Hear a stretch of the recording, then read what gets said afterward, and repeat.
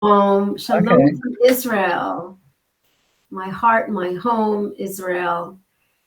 I'm here this afternoon as Rose and I have juggled some times to reach more people and invite more listeners.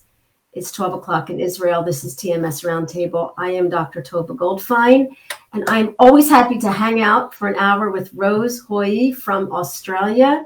Shalom down there. Shalom. Thank you, Tovah. Now, today we have got Sarah Shapiro.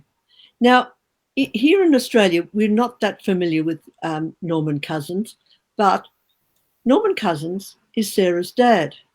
Now, in 1979, he wrote a book. Let me have a look. Anatomy of Illness. Anatomy of Illness. So in that period, Sarno was going, Davenlu was going, all these people were actually looking directly at how the emotions affect the body. And the body responds to the emotions by showing us somatic pain. Now, Sarah, not only has she got a famous father, but she is famous in her own right. Now, we've asked her to come on to sort of talk about how her father influenced in his writing. He was editor, or I think editor of the Saturday Review in New York. So, Sarah, thank you for joining us. Please tell us a little bit about yourself and your own love of literature and your own love of health and well-being. Your mother was also a Sarah, she not a herbalist. A naturopath? She loved nature. Yeah, yes. So her mother was also interested in health, and actually Norman, in his own right, when he was unwell, he would say to people, "Back off, and let me readjust and get better." So he understood about how the body heals itself. And Sarah, thank you for joining us. Now, give us a little bit of a background about yourself and how you have done your own books already. And they have covered things like parenting and believing in yourself. Because again, it's a similar situation. Yes. When you believe in yourself and the fact that nature will help you to rear a family or be your own person, it is the same thing as when the body heals itself. When something is out of kilter in our lives, our body tells us. So thank you, Sarah. Thank you. So give us a little bit of a background, please. All right.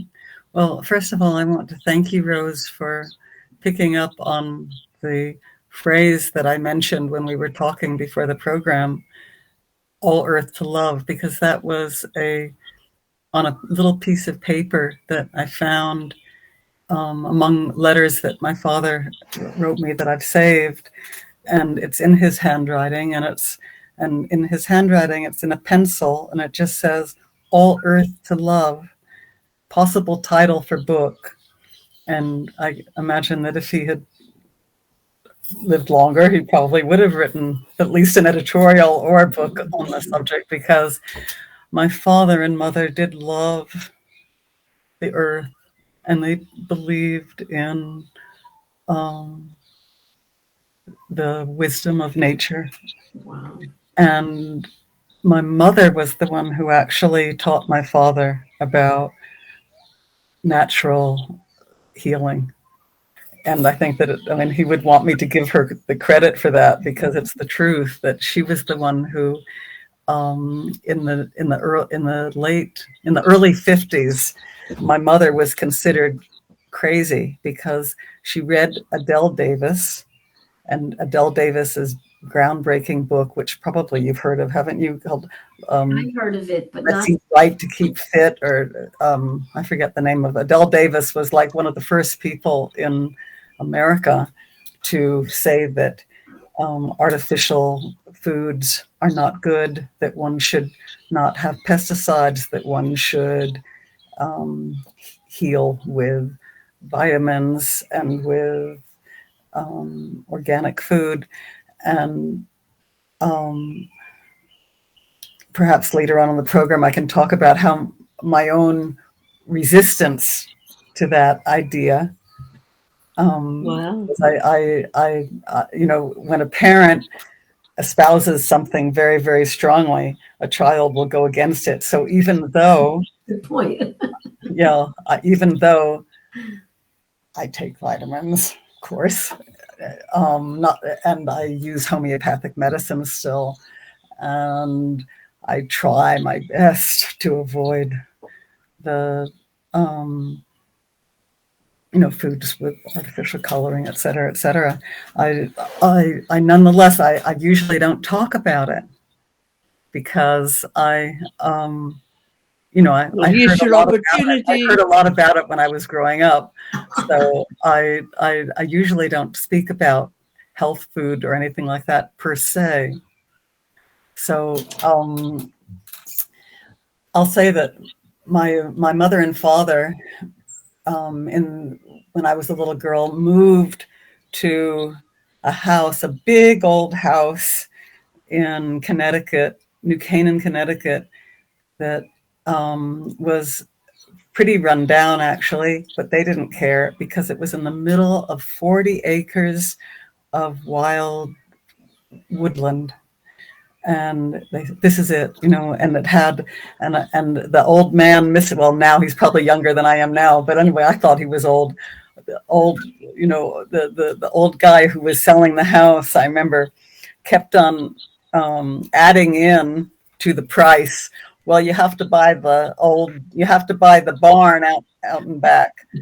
And so I thought, okay, we'll buy the barn, and you have to buy the plow, the old plow, which was an old rusty plow that was in the barn. Okay, they'll buy the plow. It's like, and they were a young couple who did not have money at the time, and they just loved it very, very much. And I think they trusted that if they brought up their children in this wild nature, that everything would be all right in a way. Now, that's not exactly how things turned out, but to a large extent, we all felt, I myself felt very grounded. That's a good pun. I felt very grounded in nature, so that, like, outside my window here in Jerusalem, I have a tree which is just like the trees that I grew up with, and it's during an illness that I had a couple of years ago, that tree sustained me and made me feel calm and happy and peaceful. And so I would say that the trust in nature that was conveyed to me non-verbally through just the place that we lived, which was quite isolated from other houses, also gave me ultimately what I realized was a trust in myself, my own nature. And there's a line in Torah from Judaism that says that the Yetzer Hara, which means the inclination for evil in every human being, is the most beautiful thing in all creation. Why? Because without it, life would have no meaning.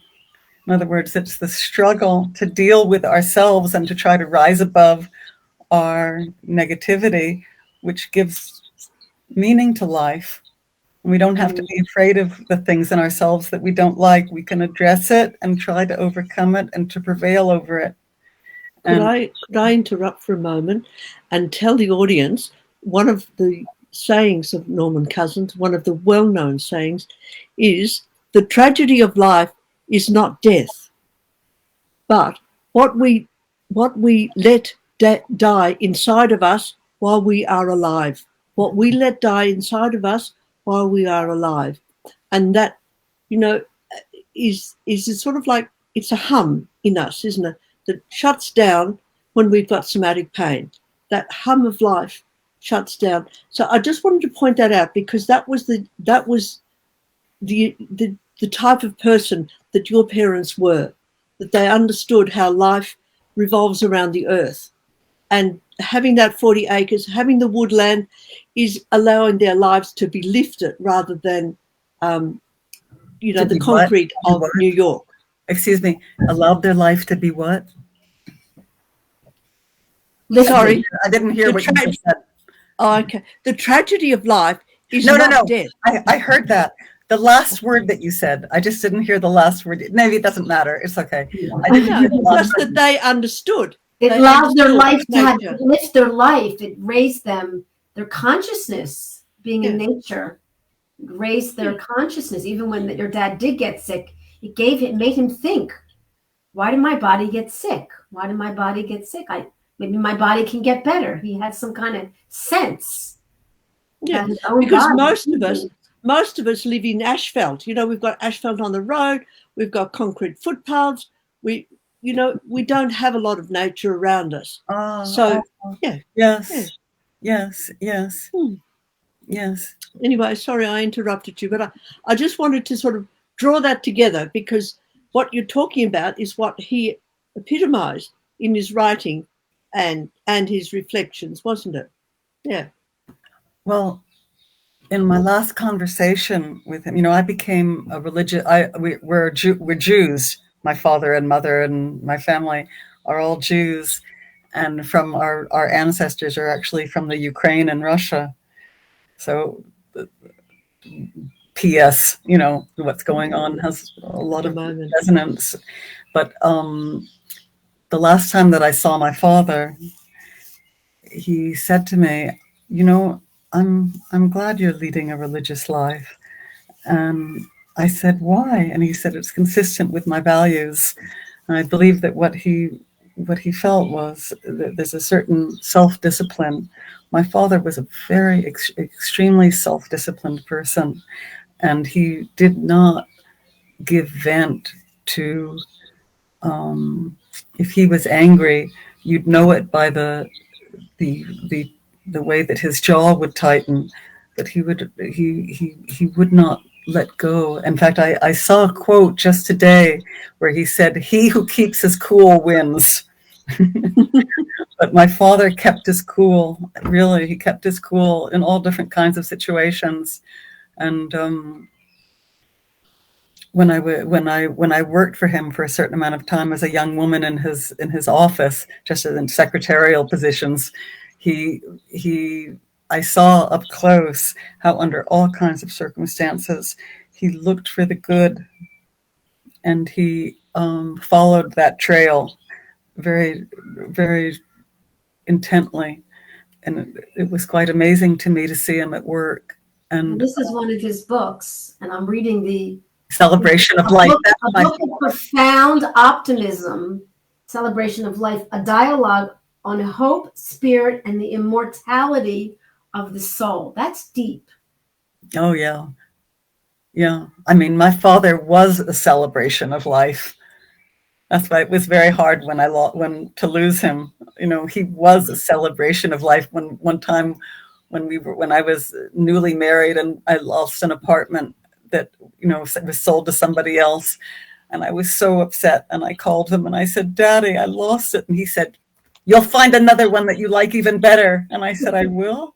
And I did, but that was the way he was. I mean, and I remember seeing him reach out his hand to somebody who had been angry at him. I remember that very well, that gesture. He said, "Tom, let's start again like this." And Tom could have let his hand kind of fall weakly, but that was the way my father was, and it was the way he was when he was working for peace and on the international level. He believed even in Nikita Khrushchev, that he would be able to find that point of light, and he did. And he was always. I once wrote that that I have this idea in my mind. I don't think he actually said it, but it was an idea that was conveyed, that optimism is realism. and so I can't quote him on that, but I feel that was what he conveyed with his actions and his words. Mm. Well, Do you want let to me talk just about he being a peacemaker? Yes, yes, exactly. Yes. Oh, yes. He was very. I mean, in fact, after Anatomy, did you say you didn't know that he was a peacemaker? I I didn't said, would you realize like that. to talk about it? Oh, okay, fine. The thing is that after Anatomy of an Illness was published and it became a bestseller, my father had a certain regret. I don't know whether he would go along with this, what I'm saying now, but it's something that my sisters and I picked up, that he had a certain regret that the message that he'd been trying to give in terms of the ability of the human race to save itself from MAD, which is mutually assured destruction by nuclear war, and to the destruction of our planet, was the message that came through when he was talking about its effect in the micro world, in the small world, and the macro. I mean, in his own body, you know,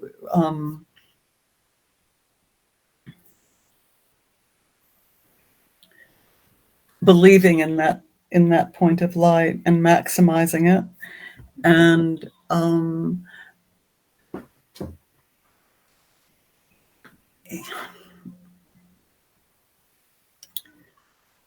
laughter, which became so famous as his trademark. Yes, he had laughed his whole life, a lot. He was, that was such a joy to be around, because he loved laughter. He loved jokes. He loved funny stories. He loved, he loved laughter. He was a life giver. And that when he was ill, he was able to access that ability to cause himself to laugh. You don't wait for something funny to pop up. You give yourself something to laugh about, because it would activate his healthy hormones rather than the adrenaline. So yeah. It was a lifelong tendency and ability on his part to go for the light, LIGHT, like Yeah. to always go after that. How do you think he would deal with his sadness? How do you think he would deal with the world being the way it was? How I think, now. Well, no, Khrushchev I'll time. tell you that I miss him. I miss him right now very much, both because I feel that I could call him up, and even though he would be so distraught about what's happening, I mean, it makes me cry. He would be so distraught about what's happening in Russia, and in the various other the shooting attacks around the world against all different kinds of people. Yeah. How would he, Sarah? How would he deal with his anger? Like, I'm curious for our listeners. How would he understand his own anger and fear and pain? How would he express that? Because that's not the laughter. Like, how would he understand his own fear and anger about the world, or about? He did something about it. Yeah. Like, for instance, I know that were my father here now, he would get through to Putin somehow or other. He was fearless. He was fearless, your father. What? He was fearless. There was a fearless part of him. I wouldn't say that he was fearless. Although fear was certainly not his trademark. I mean, he didn't let fear, when he had fear, he didn't let it stop him. He accepted it. And that's what Tovah means. Right. I mean, I have a picture of my father. I thought it was on maybe I have it. Oh, here it is. This is a picture of my father with a lion. Oh, okay. I don't know if you can see it. Okay. Yeah. Right. Now, that is my fearless. Oh, That's fearless. this was a lion in front of Haile Selassie's palace in Ethiopia. And my father had gone to him on some kind of negotiation for the government. And he saw the lion, my mother told me, outside the palace. I hope the lion was tranquilized. I don't know. But my father somehow ended up sitting down by the lion. And it looks as if he's about to negotiate with him. You know? Yes. You know? I was thinking of Putin and co when I saw that. Yes. Yes. So I miss my father, and I also miss his outrage, his very quietly expressed outrage at how we're hurting our own planet, and how I miss the outrage that I know he would have about what's happening around the world. I mean, you know, he did not let anybody we were a family of 4 girls. So, you know, playing with guns in any case wasn't anything we wanted to do because we were females. But he would not let he was absolutely against toy guns. And if we were, I don't know what I remember him. I guess we must have been fighting with each other or something, because I remember his voice saying, "No violence, girls, no violence." I mean, he was, you know, he felt that human beings are above that, have to be above that. And he took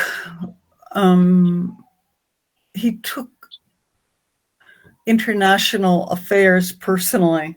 So if something happens on the other side of the world, he would be in pain from it. And I remember my mother telling me one time that my father was so surprised because somebody had said that my father had in some conversation about nuclear testing, my father had said, we have to preserve the world for future generations.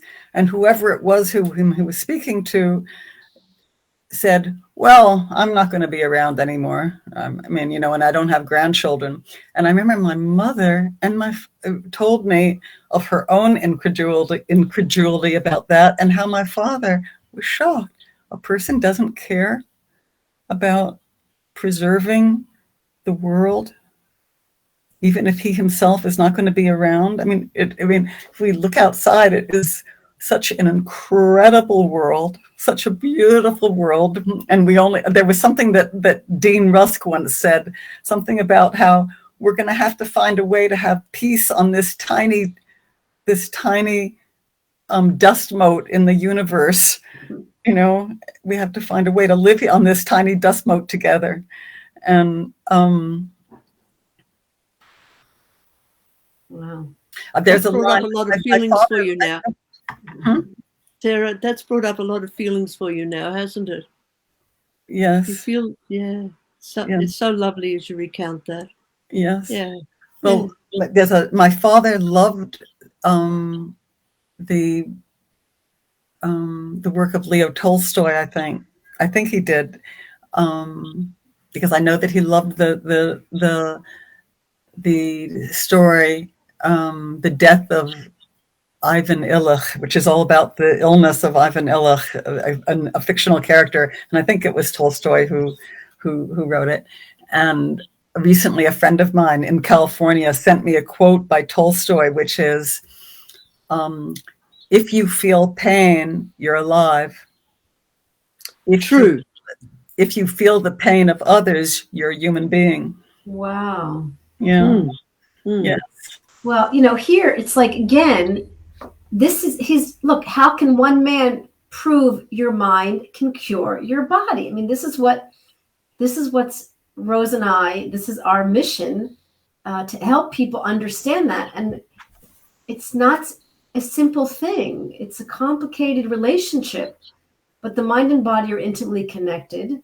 And I don't think this is what we're taught in school or on the TV or in the movies or in most books, but there's a whole world of mind-body healing that's very scientific and also very spiritual. But your father he knew something years ago, before there was a lot of information about it. He knew, and he connected to it deeply, I guess, before he got sick, and then he himself got sick. And then was able to apply it to his own illness. How old were you when he got ankylosing spondylitis? You said you were on the plane. It's not clear that it was ankylosing spondylitis. Okay, we're not going to discuss that. But anyway, it was. But I mean, it was never really diagnosed. Yeah, but he had an autoimmune disease. But I'll just say, I was 13, and we were just coming back from, my sister and I accompanied my mother and father to Russia, where my father was conducting talks between Russian and American professionals in all different kinds of realms, trying to find common ground. And because it was in the era of the Cuban Missile Crisis that happened, I mean, it was a very dangerous time, and they were trying to coordinate different people in both societies to work together to try to influence government. Anyway, so we were just coming back from, and he was also, as an emissary of Kennedy, was trying to deal with the Soviet government, Khrushchev, and he was working very hard. We, on the plane back, which I think this was 1963, I think, if I remember correctly, because I think I was 13, and I think that the arithmetic adds up. But we were, and I now the audience can figure out exactly how old I am. Okay, if you're good at arithmetic, I'm not interested. They just want to hear the details. Okay, so as soon as the plane lifted off, I was across the aisle, and I noticed I was on the outside seat. My sister was on the window seat, and they were across the aisle. And I look across the aisle, and I see that my father is lying down on not only on his seat, but on my mother's seat. And my mother, because she was such a self-sacrificing person, always wanted to do the best for Norman, always. She was a wonderful, wonderful wife. She sat on the armrest and stayed there throughout the trip from Russia to New York. Wow. Yeah, that's my mother. And I was. And in the 1960s, I didn't understand. Well, in the 1960s, that would have been a slow trip. Yeah. Right. Yeah. Okay. Because I mean, jets were just all new in the 60s. Yeah. Good point. That was the beginning of it. He just suddenly fell ill, and I, as a teenager, just couldn't understand why Mommy had to sit on the armrest. Something for which I have much regret always. Because I went over and I said, "Daddy, how can you do that to Mommy?" He didn't have the strength to answer. He was already out for the count, and it was just a very steady and very fast descent after that, until he was very soon thereafter hospitalized. Wow. Must have been scary for you to see that. Must have been scary as a little girl. Yes. No, he forgave me. When my father said, life is an adventure and forgiveness, he did it in life. It wasn't just a slogan. He loved reaching for forgiveness and reaching for starting again. And I saw when a little while ago, maybe in preparation for this gathering on your website, your program, I looked up to see some of the videos that I'd never seen that are online, and one of them is an interview with a young professor, I think, or I don't know who he was. In those days he was like curly hair, like this, like an afro, and he's asking my father, "Don't you think that the battle for nuclear disarmament has been lost?" And my father as an aside, before he answered the question, he said, "No battle is ever really lost as long as you're alive." And then he went on to answer the question. I thought, wow, wow, wow, wow, wow. No battle is ever really lost as long as you're alive. Yeah. That was the way he was. You know, Quite amazing. in his personal life and in his public life and in his view of the world. So he would be, that's why I miss him, because I know that his way of dealing, in answer to your question, Tova, his way of dealing with anger and frustration and worry, to do something about it. He would be active. And, I feel on that score, I feel certain helplessness. I don't know how to dial Putin's phone number and say, please don't do this. I don't know how to do that. I'm not in that position. But my father was in that realm of diplomatic connections where he could really have an effect on the world. Wow. And when Kennedy was assassinated, in the midst of the efforts that they were making to have a nuclear test ban treaty, my father and my mother were devastated, because they were working so hard to have this. My father wrote a book called The Improbable Triumvirate, because it was with John Paul, the Pope, and Kennedy and Khrushchev that they were trying to forge together a way to influence the international community. Wow.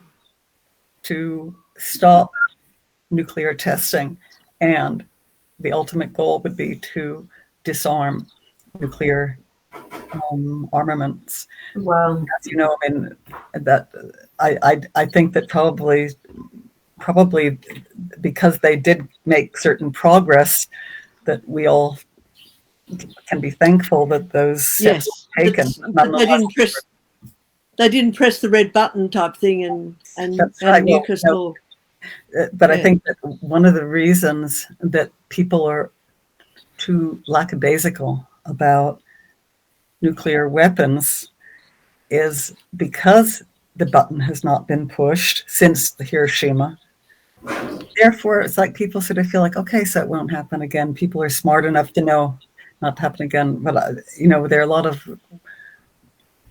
of people whom one wouldn't call wise in charge of different countries, and we have to pray, that sanity will prevail. But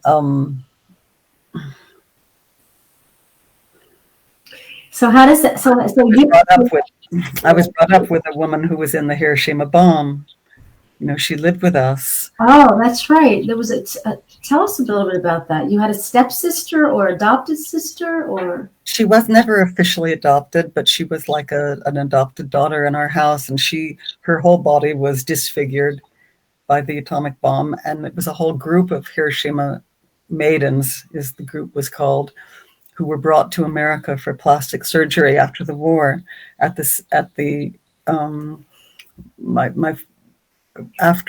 the bombing of Hiroshima, which devastated my father, devastated him. He felt and he wrote a book called Modern Man is Obsolete, because it was like that our technical prowess had overcome our wisdom as human beings. And we were just signing our own death warrant, God forbid. And he was contacted by Pearl Buck, the writer Pearl Buck, because a Christian minister named Reverend Tanemoto in Hiroshima had opened up a sewing workshop for young women who had been disfigured and burned many of them beyond recognition by the radioactive fire of the bomb. And in Japanese society, they were being shunned because they were emblems to the rest of the Japanese society of Japanese defeat. And so they were hiding, and they also were hiding because of the basic idea. I don't know how prevalent it is now in Japanese society. I can't say, but at least in those days, there was a very strong ethic of keeping face, saving face. And here were these girls who had been made ugly. Wow. Yeah. They were hiding. And so he organized, Reverend Tanimoto organized them. His daughter was one of them, who herself was not disfigured with burns, but she never grew. So when I met her years later, I was, she came up to my, she looked like a 10-year-old child as far as height was concerned, because her growth had been arrested. And Reverend Tanimoto got in touch with Pearl Buck and asked her if there were any, if Pearl Buck could publicize the workshop and the work to raise funds for it. And she said, "I'm too tired. I'm old and I'm tired, but I know of a young editor in America, and I know he will do it." And she got in touch with my father. He sure enough, he wrote about it, and he went to Japan. From the rest of his life, he was very deeply involved in Hiroshima. So, but Shigeko this group came to America when I was 5 years old. So for good and for ill, from the age of 5, I was terrified of nuclear war. Wow. And I was saying to my father, "I know I'm going to die before I get to be 20, because I was sure that there would be another war, another nuclear war." If a plane would go over, I would be scared that it was a plane dropping a bomb. So to this day, I'm still very scared of nuclear war. My older sister, who's a psychiatrist in Andover, Massachusetts, said to me recently, "Sarah, don't expect the worst." And I thought, hey, that's an idea, So you're not like your father. You're a little bit different than your father. Right. She said, there are enough people in the world who don't want it to happen, Yeah. So Yeah. I hope that in that case, optimism is realism. I think it's interesting that your father, he expressed a lot of his emotions and a lot of his life in a book.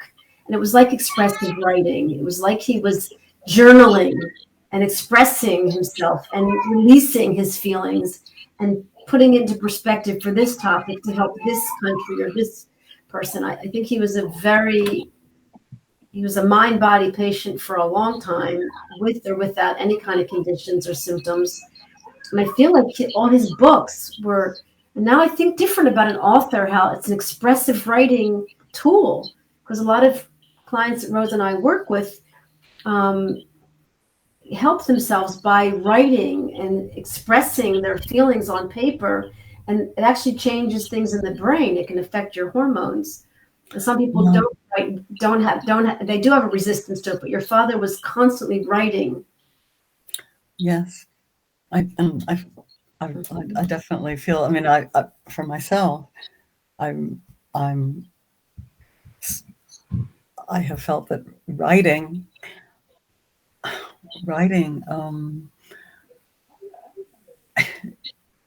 It's like, if you can find words, everything can be. It's like almost a sense that almost everything can be overcome through words. If you can express it, if you can articulate, if you can describe it well enough.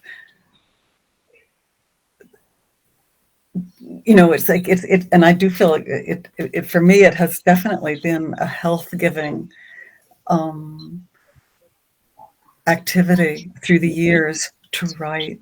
I feel that it's something that everybody, and I say that knowing that that's a little bit of a generalization, everybody can benefit by writing down, having a notebook and writing down, if you can, every day, just what happened today, what happened today, what happened today, what happened today, what happened today.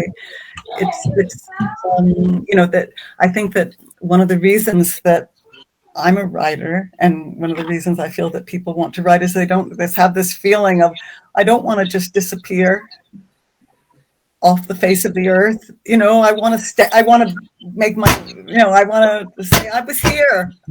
Make my mark. Yeah. Yes. And it doesn't matter if nobody else reads it. There's an experience of noticing your life, and it opens your eyes to your own life to make you aware of being alive. I'm alive.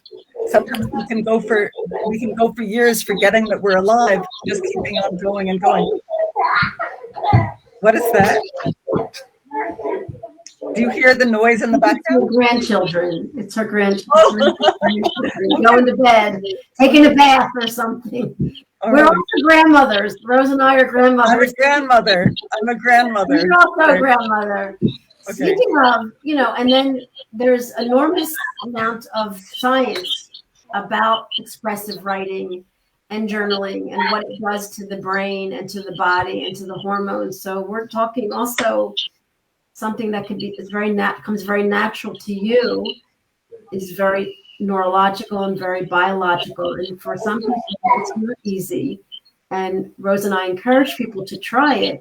But for some people, it's painful for them to do. I think the reason that it's painful is that people in school are given such a sort of a heavy idea of what writing is with a capital W. It's like writing something creative, capital C, and it makes you feel like you can't just talk to yourself in writing. You become your own best companion. Yeah. And there was something I once read that by somebody who, I think it was the artist Catherine Kollwitz, an artist that my mother loved very much, I think she was a German artist, and her drawings, I think, were about drawn from scenes of war, I think. And if I remember correctly, somebody once asked her, why do you always draw such sad scenes? And she said, because happiness doesn't need to be transformed. Wow. Yeah. And I feel that writing transforms just about anything for you. You can write about. Now tell it. Okay. So now tell us about your writing. We've talked about your father's writing, and as you described your writing about parenting, about being true to yourself in your parenting and trusting yourself. Have you got any of your books at hand that we could? Yeah, I started out writing about parenting in 1990, and my father it came out just before my father died, and I was very happy to show him that it was dedicated to him and to my mother. But it was that was about the struggle of wanting to be a good mother. And I found that describing with as much truthfulness and accuracy as I could how I behaved with my children would sometimes shock me upon rereading, to see the mistakes that I had made. And it really, I became my own supervisor because of that writing. I became my own security camera in a way. I mean, I always had this feeling that somebody was watching, and who is that somebody? I was watching myself. So it made me into a far better mother. And that was when I had 6 children under the age of 8. Wow. And I was, it's the greatest joy that my children tell me, Mommy, you were a good mother. I mean, I feel that, in professional worlds, professional life can sometimes make people feel that that's where the real meaning in life comes, and the real recognition. I don't believe that's the family, isn't it? So the real audience. Well, I mean, the name of my recent book, Audience of One, but I was not referring to children in that. Can you show us the book? Audience. Can you show us your first book? Do you have a copy of your first book? Yes, but I lost the cover long ago, so it's just a blue book. It's just called. Okay. So tell us about the Audience of One. It was a book called Growing with My Children. Grow with My Children. Wow. Children. Yeah. Okay. My recent book is a book. Yes, that's very interesting. Advertising my book, which I don't like doing, but I love doing it. Please do. Well, we want to know about it. Is Audience of One. Wow. Yes. And actually, this is my favorite book that I've written. And good. Tell us a little bit about it and how you came to write it. It's a collection of the writing that I've done over the past 10 years. And much of it happens to be about, I would say probably a fifth of it is about, maybe more, about my father and my mother and growing up and growing up in that household. It's about, in other books I have written about the experience of growing up under the mushroom cloud. You know, that was what it was like, having Hiroshima so prevalent in our home. And this is another book. This is my second book, which came out in 1997. Don't You Know It's a Perfect World? And that again is related to my feeling, which I think that my father and mother inculcated in me, that the world as it was given to us is a perfect world. Let's not mess it up. Please, let's not mess it up. And I'm not going to bore people with showing you the covers of my books. I just know that writing has been a wonderful, wonderful thing, a wonderful way of. I have a friend who has Parkinson's, and I have a little note up on my bulletin board that she wrote with her shaking hand. She's also a writer, but she said, writing is a way to live twice. Because you live and then you write about it, and you actually can live more in the writing about it and in the contemplating it than you do when you're living it. It's very profound. She has lost the ability to write because she can't use her hands. So why did you call your book Audience of One? That's very interesting.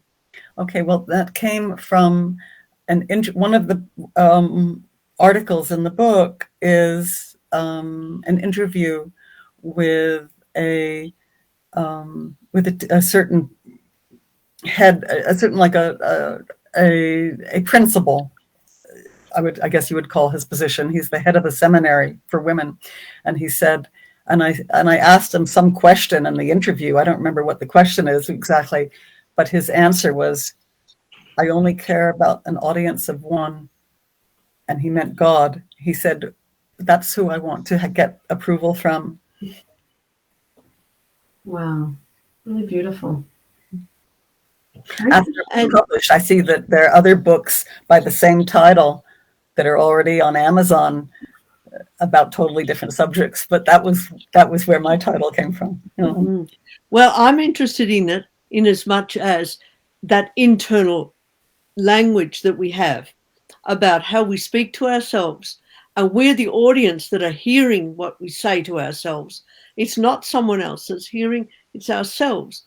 And if we don't notice that audience and how it's affecting us, we shut down. And Amen. Shut down.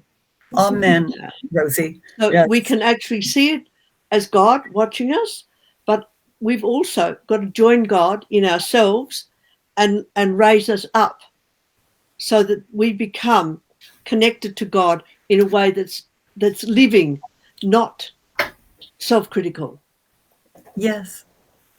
That there's an idea that I heard recently that resonates with what you're saying, Rose, and that is that each human being is in what in Hebrew is called a heder yehud. That is, heder yehud is the word used in a Jewish wedding ceremony. After the couple first married, they go into a room by themselves, and the door is locked. Nobody else Yeah. is allowed in. And the idea, which was expressed by Rev. Israel Tauber, who died a few years ago, he said that every human being is in Heder Yehud with God. Nobody else can come into that room, and Yes. nobody else knows the unique relationship that each person has with Yeah. God and can develop with God by talking to God. Yes. Beautiful. Yeah. Really beautiful. And if we have that critical mindset, we can't reach God, because then God becomes our critic instead of our loving creator. Yeah. Well, I God is a loving creator, no matter what we think of him. That, and Sure, I feel that but the people don't always think. The people don't see it quite like that. When they're but I self-critical, feel it harks back, in my view of that, it harks back to the idea that the Yetzer Hara is the most beautiful thing in all creation, insofar as a person can develop. I mean, the Yetzer Hara makes us all do things that we don't like, right? I mean, we're not perfect. But that's part of the perfection of the world, is that each human being has to overcome the things in himself or herself that he knows are not good. And that's a fact. And I feel that being self-critical is something that I appreciate in myself very much. I feel that it keeps me all right. it keeps me developing. That's what helped me as a parent. It helps me as a in my marriage, in my relationship to anybody who crosses my path, and in relationship to myself, in relationship to writing also. But that's a different story. But literally, but I feel that being self-critical is a good characteristic of human beings, All and right. yet not yet it's for the purpose of developing. It's not in Well, order to of kill course, ourselves. there's some people that are doing it so much What? that there's so many people, I think, that are doing it so much, and they're Right, so without relief and so without so understanding. inner abusive, like bullying themselves. That's a different show. And I think It's almost like abusing oneself. yes, Yes, you have a good without you have a good healthy balance. You have a good and healthy balance. without enlightenment. Yes, Yeah. I feel that if it's just self-criticism, it's deathly. Yes, if you can't, and that's one of the great uses of writing, is that in the writing you can express what you think and reevaluate it and have time, which in life we don't often have time to contemplate. Yeah. And one thing, we had a wonderful woman on our show named Nicole Sachs, who wrote a book about telling the truth. And she's got a writing program that lots of clients that we know use. But she always says that sometimes we write and we lie to ourselves. And then that becomes a drama and a trauma, because we're not telling the truth, because we're not in touch with what we're feeling, because we have been criticized. So it can grow into something not positive. But it's Yes, important when you write and when you're telling yourself the truth and you're being honest and you're being, like, Rose turned me on to an amazing book that I started reading at Rose, called The Lies We Tell Ourselves, written by a wonderful social worker named John Frederickson. I mean, we can tell ourselves lies, and that's what is hurting the world, because people are believing that, I will say this on camera, that Allah's saying kill people and be Muslim. No, that's not what Allah's saying. Allah's saying peace, love, and Woodstock. I mean, Allah's like Jesus, and Jesus is like Moses, and they're all saying the same loving words, but our interpretation. So you're smart enough, Sarah, to have an interpretation of a Yetzer Hara, an evil inclination, is there to help me be honest with myself. right. But that when you talk about truth telling, I'll say that was one of the things that I feel that my father did not allow when we were growing up. No such thing as lying. Wow. And he didn't. I don't remember ever my father. He would not tolerate a lie. Wow. Yeah. And what's beautiful for me as a human being and a daughter, and is this amazing relationship you had with your father, which not a lot of us had the privilege of having. And that's incredibly special, and you appreciate it, and it's expressing in you and your life, right, Rose? I mean, we talk about that relationship with our parents. You had a very positive, healthy relationship with your parents. Well, I mean, I feel that when I first became aware of Judaism, I mean, we're Jews, but I had no idea what Judaism was. Judaism, my parents were part of the generation of Jews, the children of immigrants who rejected religious observance, and and so when I became when I became aware of Judaism, especially Shabbat, which is the one day a week when you don't do anything except be, it was like a revelation to me. And I think I'm losing my thread. Where did that come in? You grew up with your parents who rejected it. Oh, yes. I would say that the linchpin of that created that new world for me was the Torah injunction to honor your parents.